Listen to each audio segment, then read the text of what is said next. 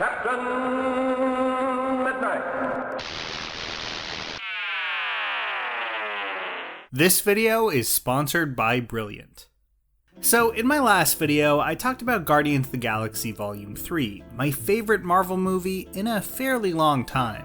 So it only felt appropriate to bring back a kind of follow-up video that I rarely do for MCU movies these days, where I speculate about where the series could go next. I think with the Guardians, it's a far more interesting question than usual, because in so many ways, Volume 3 is the end. It's the end of James Gunn's tenure on the series, obviously, as he heads off to lead DC. Even Chris Pratt has called it the final Guardians of the Galaxy movie on Twitter, which all sounds pretty definitive. But then you watch the actual movie, and at least to me, it sets up not one, but at least two possible sequels. Even if those follow-ups might not end up being called Guardians of the Galaxy. And it's those possibilities, or maybe the illusion of those possibilities, that I want to talk about this week. Oh, and I usually forget to do this kind of thing, but if you want to, definitely feel free to subscribe, and if you do, hit the bell and turn on notifications. With YouTube pushing shorts over regular videos so much these days, it would be really appreciated. Oh, and I hope it also goes without saying that this video will be spoiling the movie. But with all that out of the way, let's talk about Star-Lord. At least we don't have a cutesy animal mascot and a talking pencil.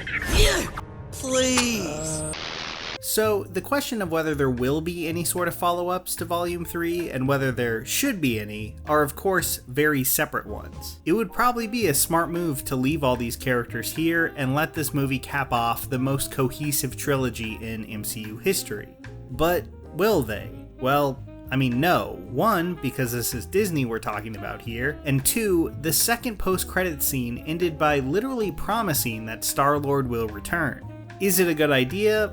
Maybe not, but it's definitely worth talking about. Like I said in my last video, Volume 3 really reminded me how much I like this character when he's written well. Like someone who knows that he can come off like an idiot and intentionally plays into that when it suits him, instead of the character just acting like an impulsive teenager.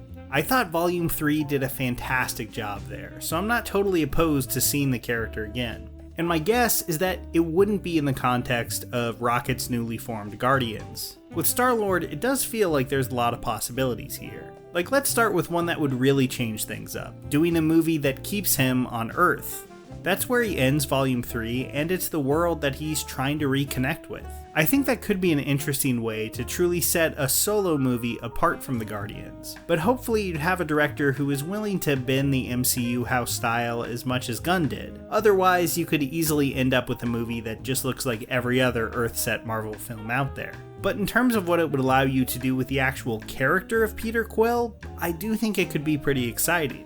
What would it mean for someone who has been living like a sci-fi outlaw since age 8 to return to the life that they were originally going to have? I do think that's a compelling question, and it could be one worth exploring. Though I'm not sure I'd trust Marvel to do a great job with it with their recent track record.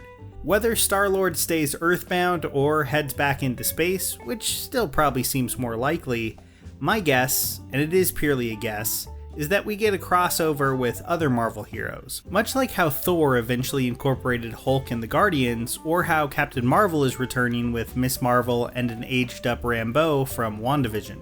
If they did go that route, you'd want a character that contrasts with Quill in a fun and interesting way. Maybe someone like Florence Pugh's Yelena could create an enjoyable buddy cop dynamic. But honestly, grabbing someone else from another corner of the MCU would probably not be nearly as rewarding as using some of his already established relationships. I'm thinking specifically Nebula. Now, I've heard a Nebula and Gamora movie being thrown around as an idea for years, and I think that could work really well too. But Nebula and Peter were a great pair, especially in Volume 3, and I think it would be interesting to build on that. It seems like Dave Bautista has no interest in playing Drax again, but Mantis and Gamora seems like characters who could probably return as well, but at that point you're basically just making another Guardians movie. So something like a Peter and Nebula movie on Earth, or a different setting that feels completely new from what Guardians has established, could be a great way to use some of these characters while leaving the Guardians of the Galaxy series finished and untouched.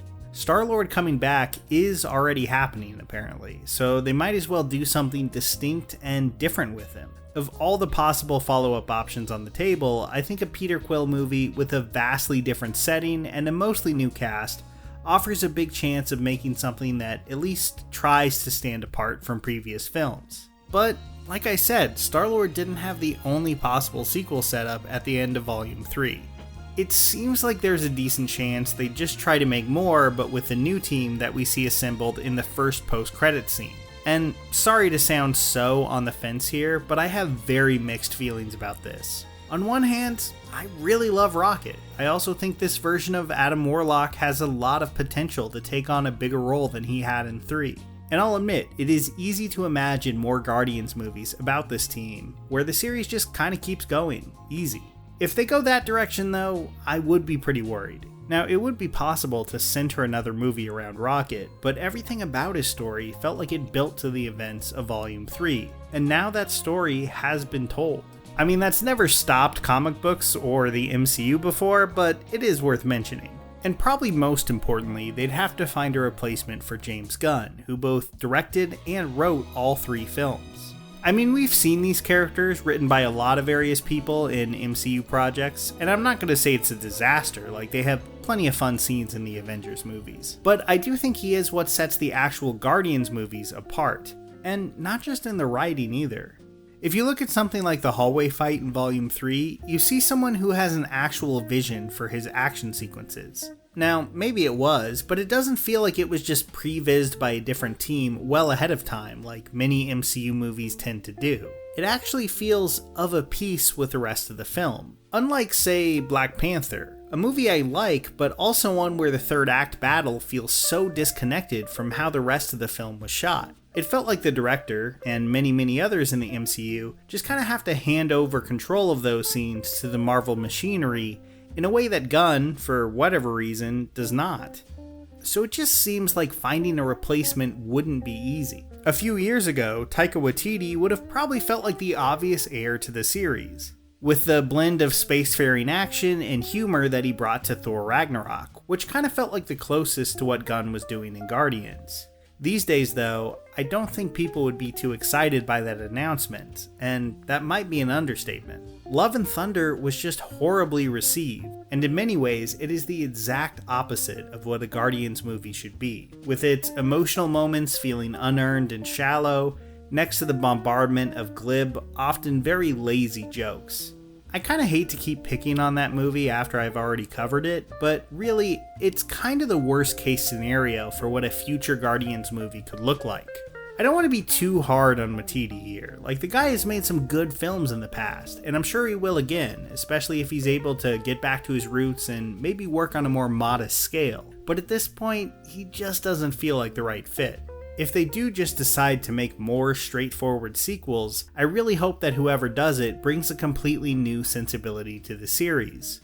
While it's easy as fans to just want more of the same, I think trying to recreate Gunn's very specific style would probably end in disaster, feeling like a solid tribute band at best and a sad imitation at worst. But I do think it'd be possible to take some of these characters, like Adam Warlock or Mantis, and use them in contexts that feel fresh and pretty different from what came before. So I guess that's what I've been struggling with here. The MCU is set up to keep humming along, to find new ways to use characters and to keep telling their stories, much like the comics do. But when it comes to this specific series, is Gunn's voice just too important? Should we be okay with just leaving Rocket and Groot behind? As fun as pitching fan sequel ideas can be, I'm kind of leaning towards yes. But this is one where I really want to hear what you have to say. Do you want these characters to return? And if so, how would you do it?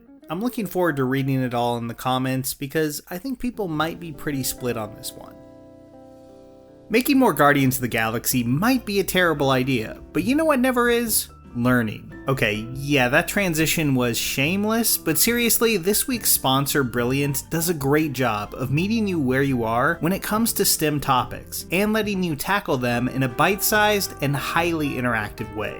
I know for me, the one I love bringing up is Math Fundamentals, which hones my skills at the exact kind of math problems that used to frustrate me as someone who wasn't naturally into STEM.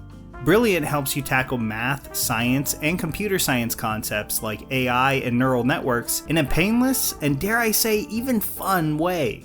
There's thousands of lessons here, and there's always new monthly content to try out.